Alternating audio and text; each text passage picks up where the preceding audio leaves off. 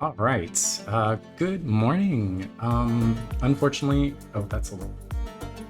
Let's start this, and now there we go.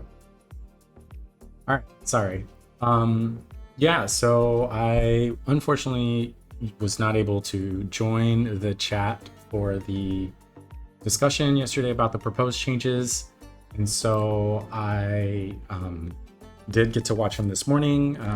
Mostly skimmed through a lot of it, but I did take a couple notes and stuff like that, and just wanted to give my thoughts on it before you guys get to the revise and stuff.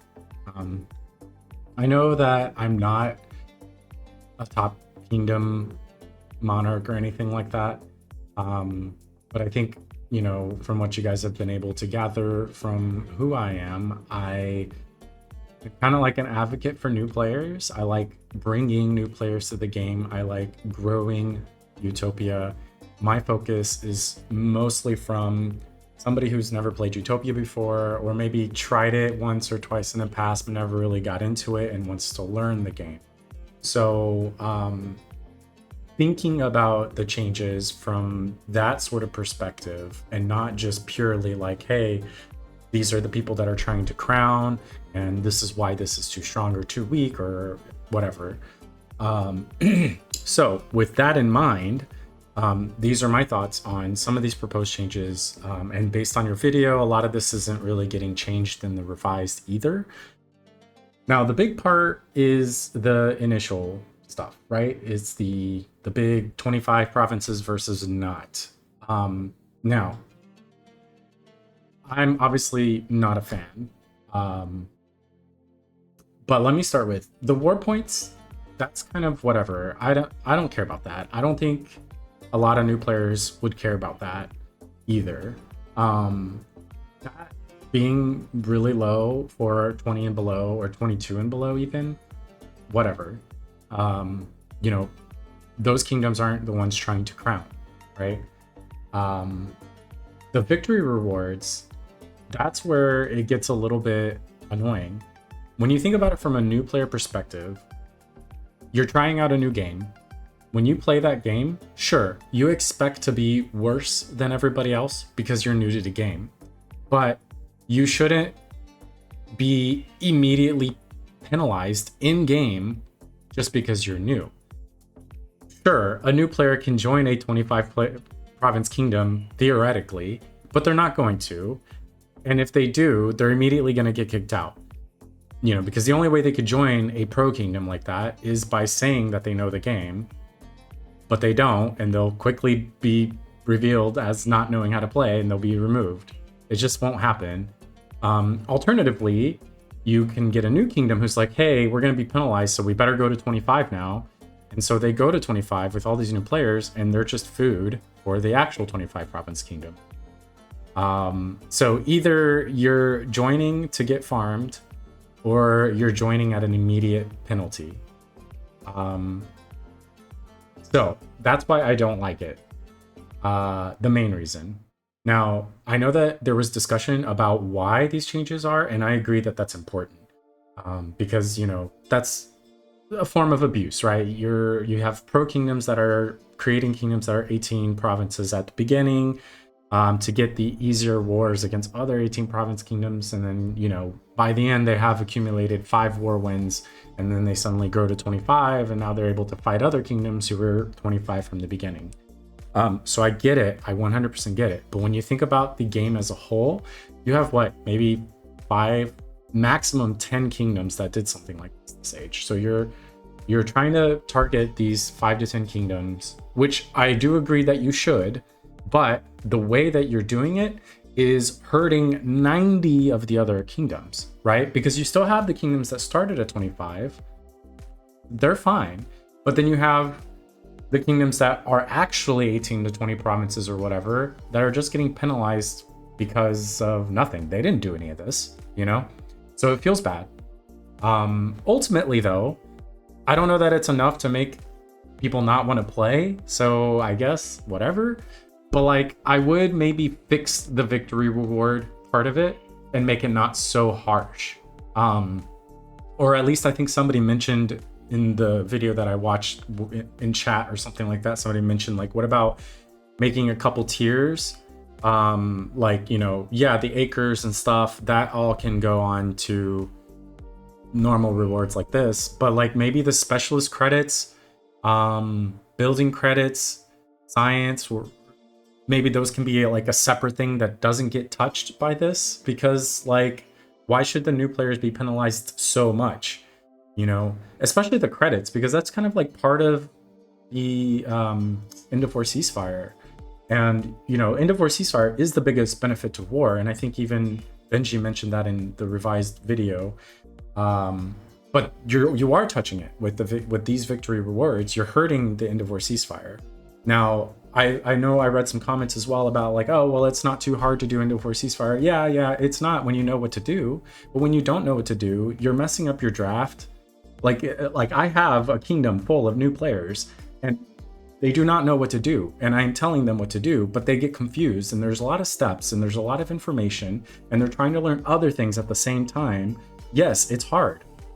And having less credits is going to make it even harder for them. So I am passionate about this part of it, and I don't think that it's a good change for that regard. Maybe find a way to leave the credits at least.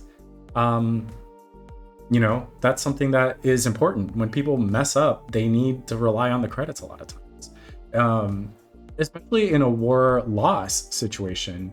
I guess it doesn't matter because this is just for the victory.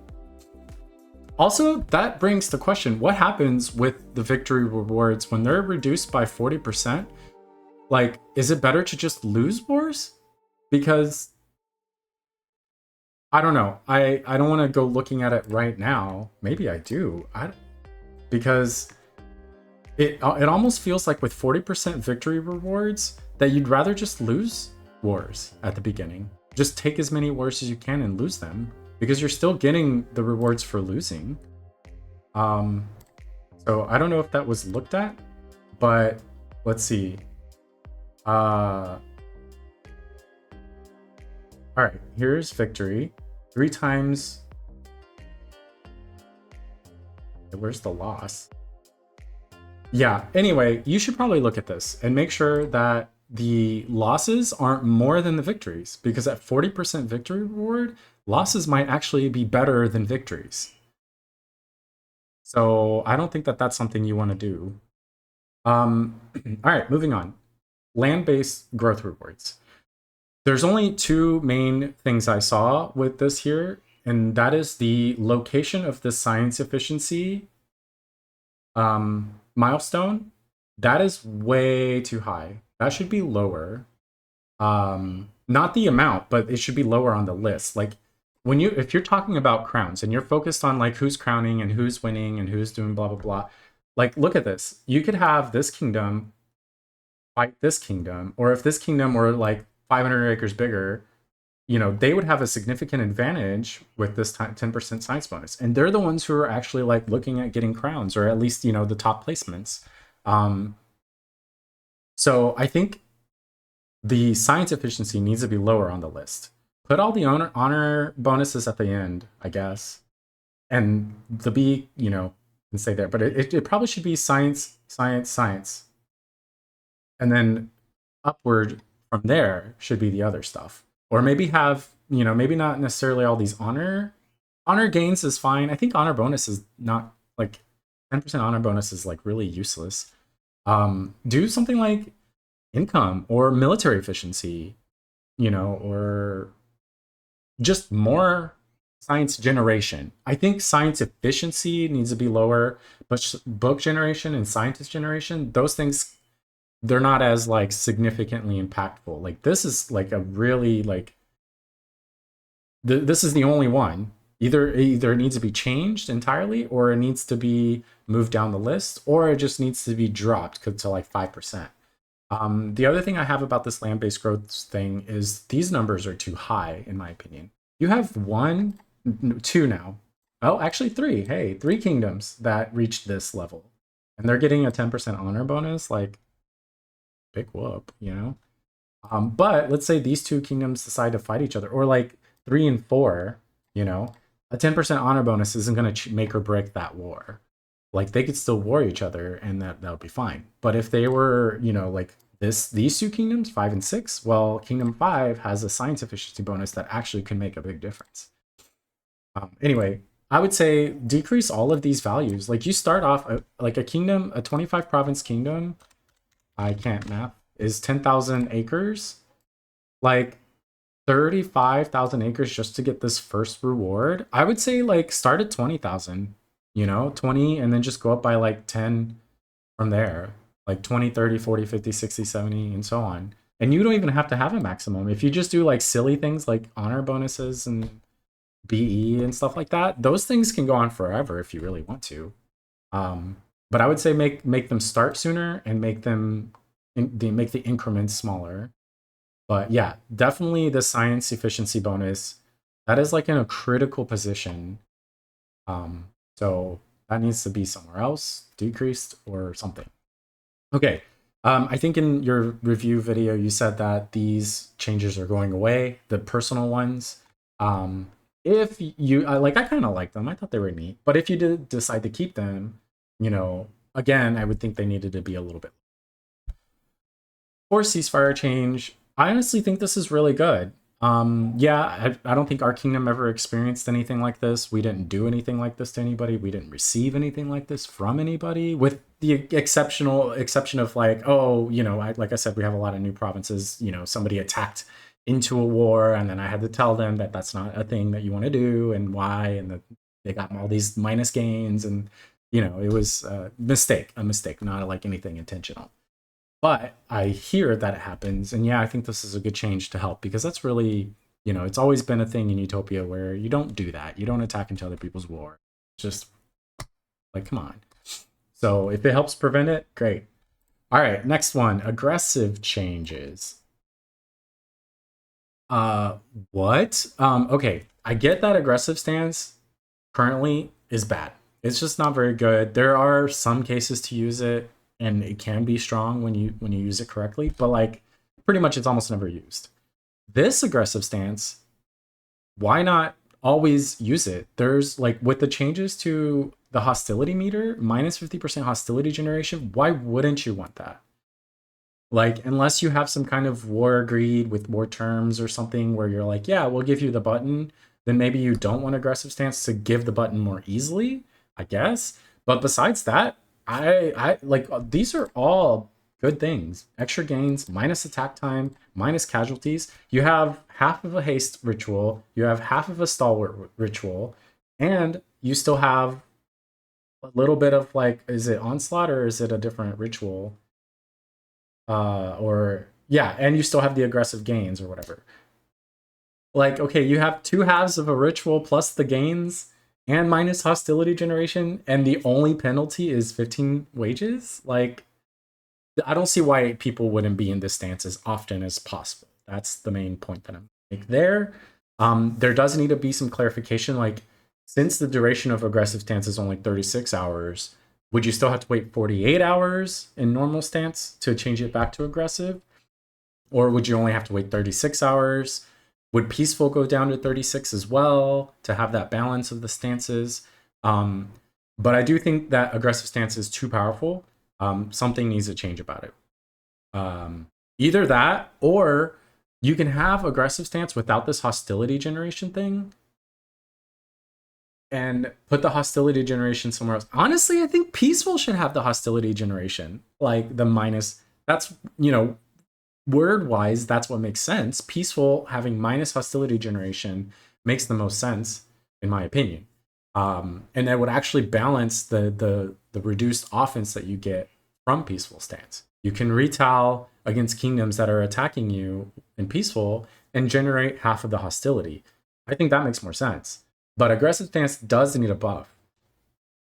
Maybe it can increase hostility generation. I'm not sure why you want that entirely, but you could.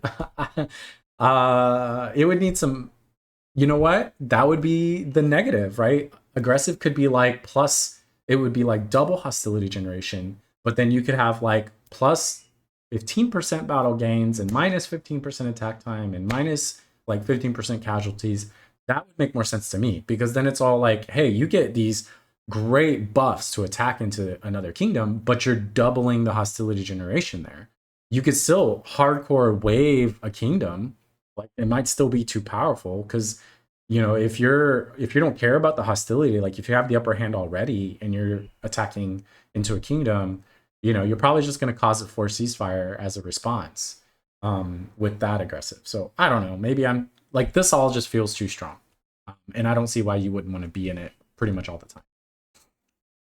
So, all right, now onto the races. Avian are too strong. They're already good.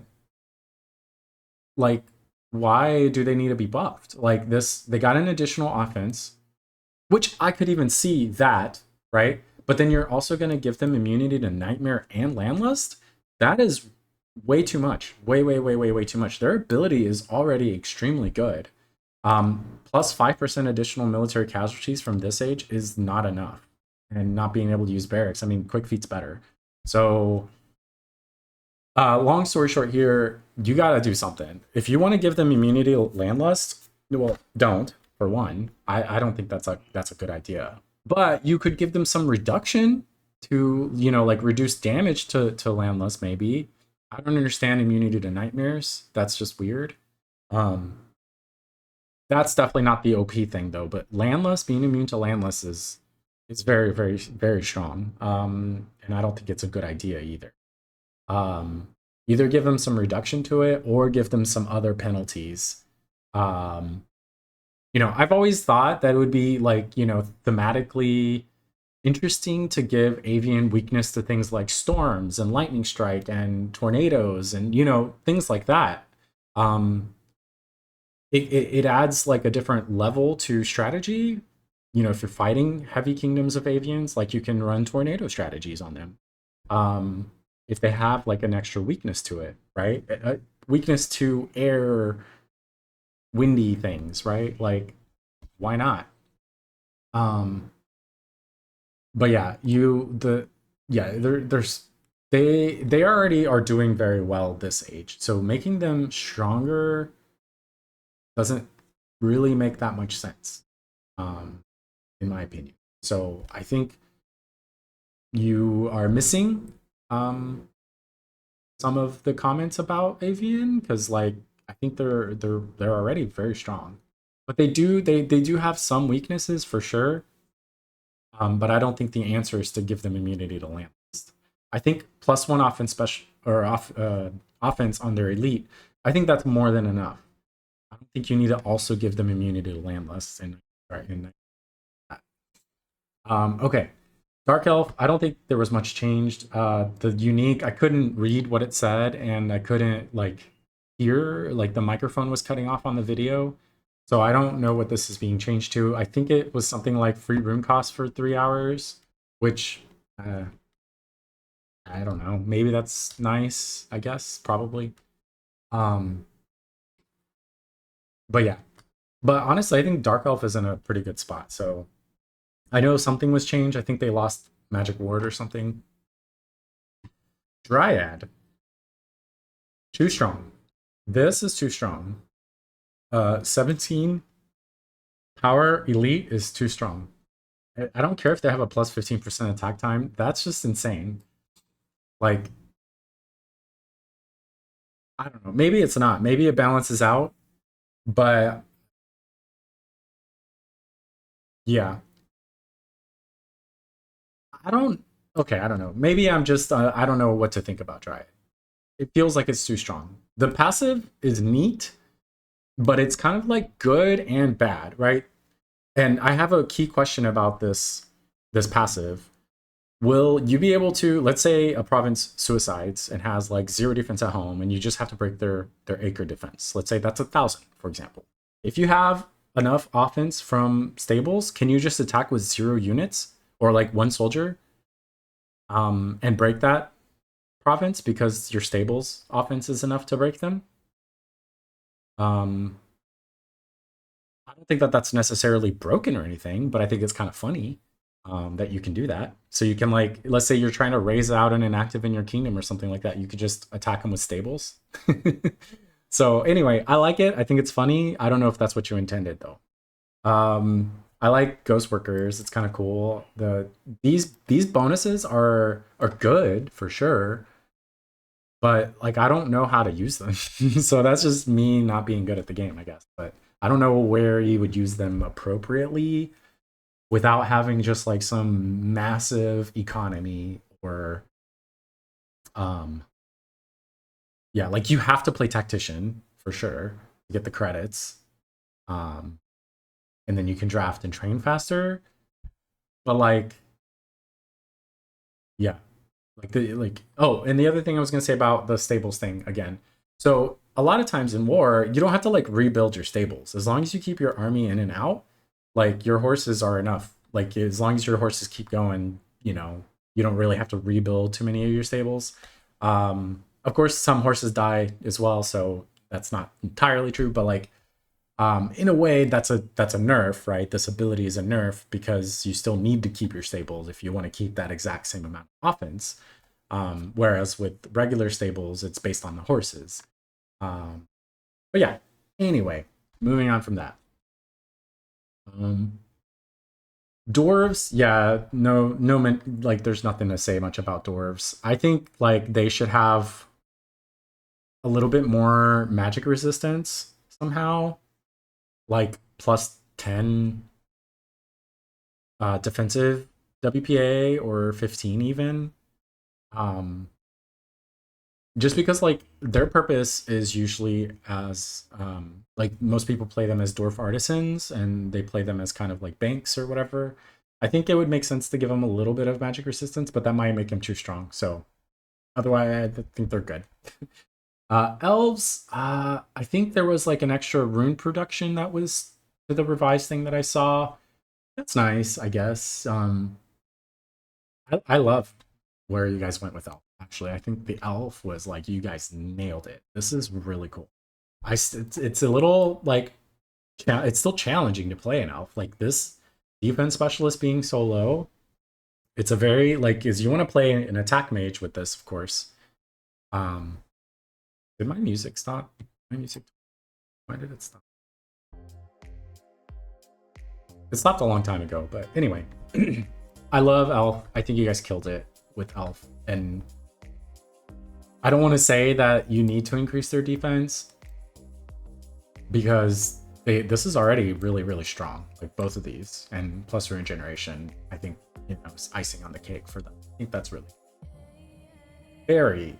All right. This brings a thought. Right now, cleric is the only thing, personality or race, that has the spell revelation. But now you're giving it to both fairies and humans as well, which means that a fairy and a human can play any of the other personalities and still get that spell. So I don't know if that was your intention or not, but giving revelation to fairy is actually kind of a buff. Currently, this age, Fairy Cleric was in a specific situation where they could play Fairy Cleric and get all the cool things from Cleric and have access to Revelation. And it was kind of the only way for them to get around not having to be a Mystic or a Rogue or a Heretic. So I'm not sure how I feel about Fairies having Revelation. I think that's quite the buff. Because now a Fairy Mystic can have Revelation, or a Fairy Rogue or Heretic can have Revelation. And I don't know that you want that. Otherwise, yeah, fairies are strong. It's still really hard to be unbreakable with anything, especially when you're giving avians more offense. Elves, dark elves, regular elves, dryad, like everything has more offense basically. Everything that got a boost to offense. So the concept of unbreakable is like quickly diminishing, especially so it's like that avian ability, then there's just more offense on everything. Now there's even more offense on everything. So I mean, if that's the way you guys are wanting to go, that's the way you guys want to go. I don't have any issue against it, but unbreakable is like starting to become a thing of like the distant past, in my opinion, except for when you reach halfling. All right, giving them back 10 on their defense specialist, they are already able to reach unbreakable, in quotes, with 9. So if you give them 10, that just makes it even easier. They are already strong. Halflings are like one of the strongest races this time. So like either you need to decrease this population bonus, because that's a lot. That's a lot of population. That's almost 4 PPA just to start. You know, everybody starts with 25. Poor fairy starts with like less. But halfling gets to start with 29. Like, yikes. Like, these bonuses are too strong.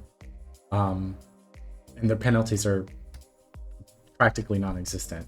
So they either need a lower defensive specialist to like remain the way that they were this age, or I think you need to nerf this population bonus. That's just too much. Okay, human. Again, similar thought about the revelation. It makes sense for human.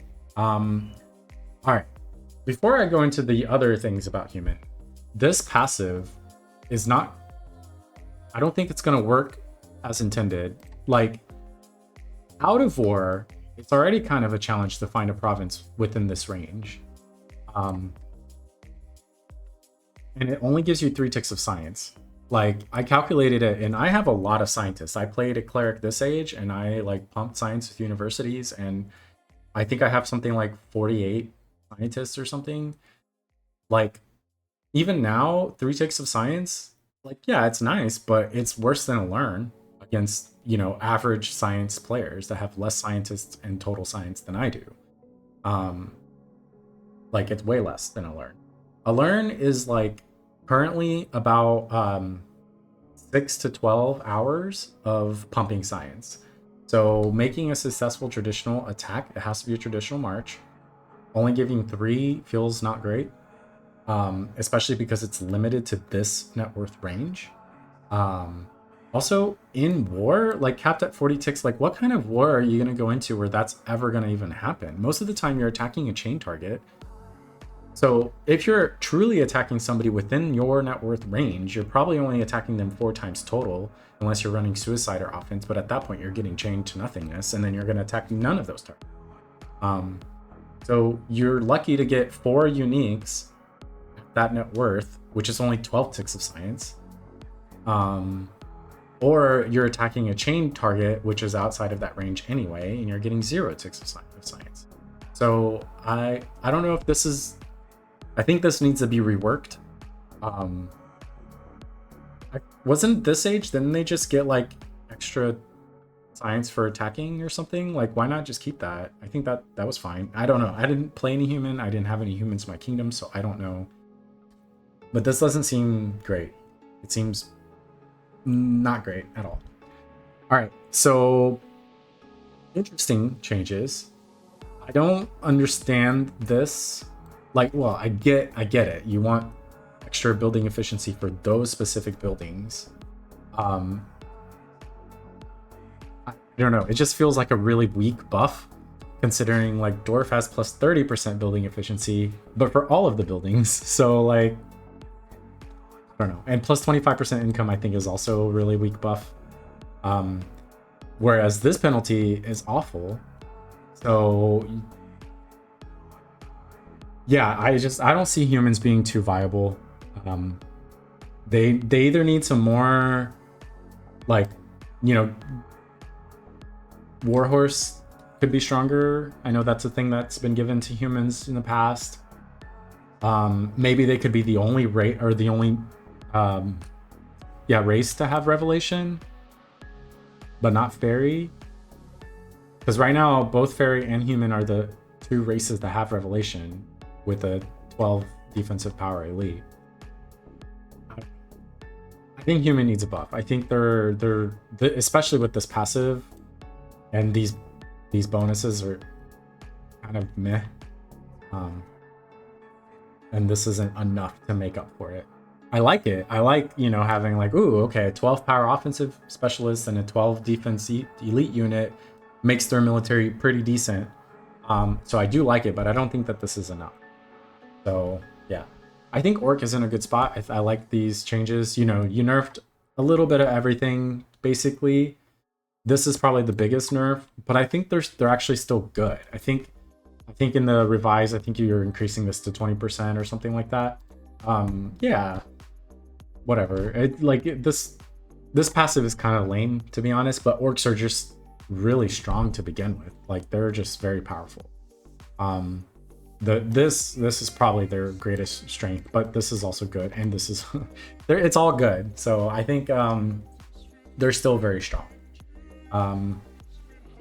Undead. Okay, so I'm glad that you guys noticed that the undead seem weak, because there were some changes in the revised. I think this is going to go up to 20%, and I think soldiers are going to become 3/3, which actually makes their successful attacks converting casualty into soldiers kind of like a thing. So that's kind of neat. I definitely like them better, but I do think they're still a little tiny bit on the weak side, and that's because these penalties are awful. Minus 20% science efficiency is severe. Yeah, beginning of age, like, you want to say, okay, well, that's basically non-existent beginning of age, but rune cost is. That's a lot. Like, beginning of age, runes are extremely, extremely difficult, and having that much rune cost, so I don't know. I feel like you're nerfing them early and you're nerfing them late, but not giving them enough like stuff. They don't have anything that just like keeps them going. So, you know, like, orcs are still a better combat specialist, you know, with the elite training. I mean, in a way, undead kind of have that in a roundabout way, right? They can train regular specialists that can therefore convert into elites. So it's a roundabout way to have the same thing that the orcs have. The extra soldiers having some defense as well is kind of neat. I love that they can plague and they have this ability. I think that's really, really fun and really cool. But I do still think that maybe these penalties are too strong. I would say maybe like 10% and 20% or 25%, something like that, to keep these numbers, or give them back like 11 offensive specialists or something, because I mean, this is an expensive elite, and I know you're gonna want to be playing mostly with conversions. So yeah, all right, that's it for that. I think personalities, they looked mostly good. The cleric, I think, got a pretty big nerf, which I think that was your intention. So if that is, I don't know about this hospital efficiency. And you wouldn't want to do something as crazy as like just outright giving them immunity to plague. But maybe like, instead of hospital efficiency, maybe you could just give them flat like 5% hospital. So like, just they have 5% hospitals at all times or something like that. You know, like, I don't know how that would work. So essentially they have 105% building space. But like 5% of those are dedicated to hospitals. I'm not sure how that works. That's probably what, I don't know. You have to choose. Okay.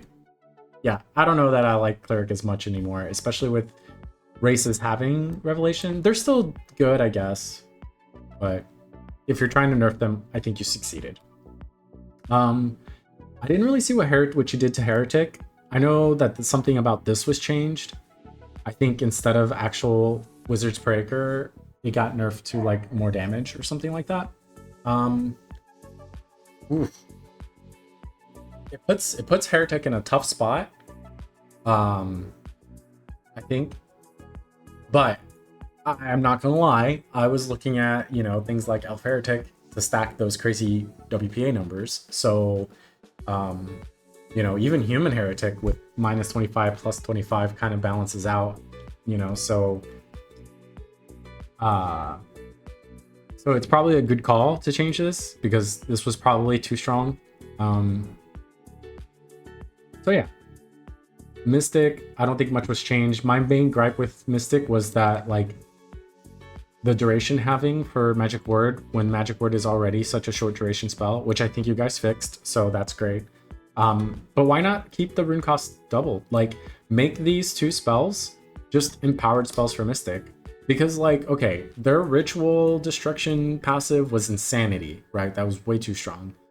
But I don't think giving these empowered spells to Mystics are that strong. I think you know, a full chastity. You don't need to have that duration either. Chastity is also a short duration spell.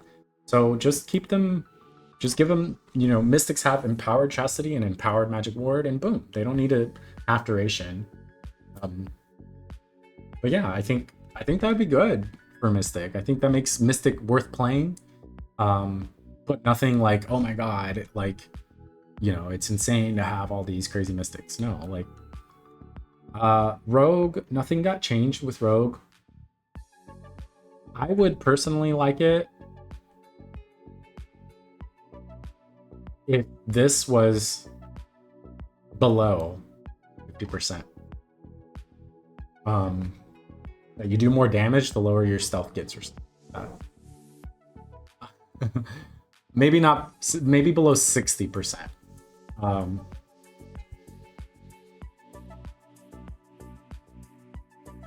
But I can't / don't want to explain why.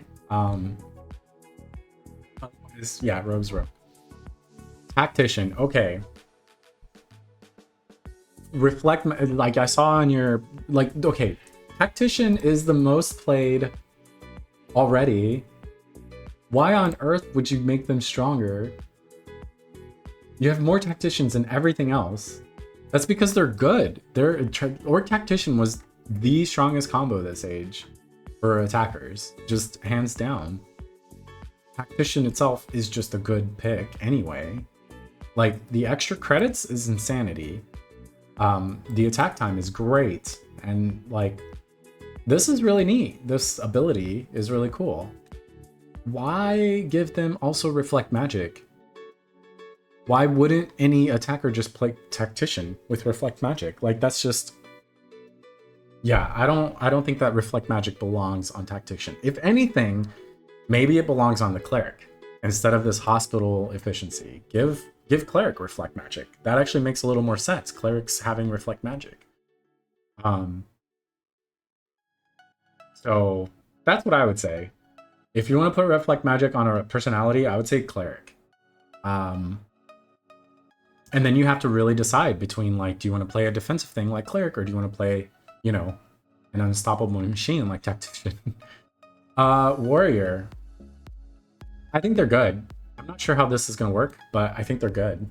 Like, that's a lot of offense. The prisoner strength is really cool, and the mercenaries costing less. All of it's really cool. I think warrior is really strong. The only thing that I have is like this weird 35% chance thing. I think you should just give them something that just happens. Like, the 35% chance thing is strange. Like, either give them extra kills, you know, like, what's 35% of 20? Like, give them that much more kills, but make it guaranteed to happen. And, you know, like 10% of soldiers at home. Like, so it's what, like it's like a night strike, like an attack version of a night strike, basically. So 35 times 20, just give them 7% increased military casualties and 10% kills of soldiers at home or something. Like, instead of making the 35% chance thing, that's just really strange. I don't know, maybe I just don't like it, maybe it's good. All right, lastly, the Raider is it's definitely on the path of too strong. Okay, they have almost just as much offense as a warrior does, but they also have the 25 thieves per acre. Why wouldn't everybody just play halfling raiders? Like, with the halfling being buffed with their defense specialist, having the plus 15% population, and now they have plus 10% offense and plus 25% stacking thieves per acre, and you don't lose thieves in war, and your thieves cost less, because why not give them some more things? And now you also do damage to watchtower effectiveness. Like, what is this? A halfling raider is just insane. Like, you don't even need to run that many thieves to have insanity TPA. And you have the good offense to go with it, because plus 15% population gives you 4 more PPA. Like, even if you put all of that into your, like, let's just say you play halfling and you put your 4 additional PPA that's more than what everybody else has into Thieves and Wizards. So you have 2 each. All right. You still have brutal TPA because of all the bonuses to it. You don't lose any anyway, so who cares? But then all of your PPA goes into military. All of your actual 25 PPA. So that is too strong. I didn't want to say it originally because I kind of wanted to play that. But I feel like everybody's going to see how strong that is. And yeah, maybe I'm wrong, right? But anyway, those are my thoughts. It does look like a fun personality though. One thing I will say for sure is you guys really did a good job with making these changes look fun. I think it encourages, I think that's one aspect that I always really enjoy about Utopia is when you guys do fun things with your changes. So I'm like, you know, these are creative and they're fun. I think some of them are a little bit repeat, you know, like giving multiple things, offensive military efficiency, you know, like warrior and raider and dark elf, all having that, or giving everybody plus WPA or TPA or whatever. I think, you know, it'd be cool to have things like I mentioned before, like with Avian having like weaknesses to like storms and lightning strikes and tornadoes, maybe even meteor showers or something like that. You know, giving different races different like specific interactions with various spells that they would be, you know, more thematically weak against or strong against even. You know, like dwarves could have some resistance to fire type stuff, you know, like since they're earth type creatures. I don't know. Or dryads could have weaknesses to fire type stuff, right? Because they're planty stuff. And so on and so forth. Like I think those types of bonuses really make the races like come to life.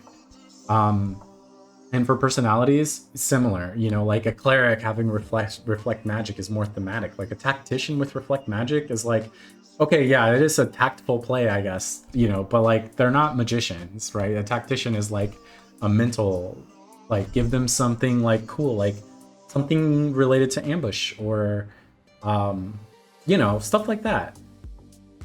You know, or intel, which is what you're giving them already. Like that makes perfect sense. So thematic changes I think are really neat.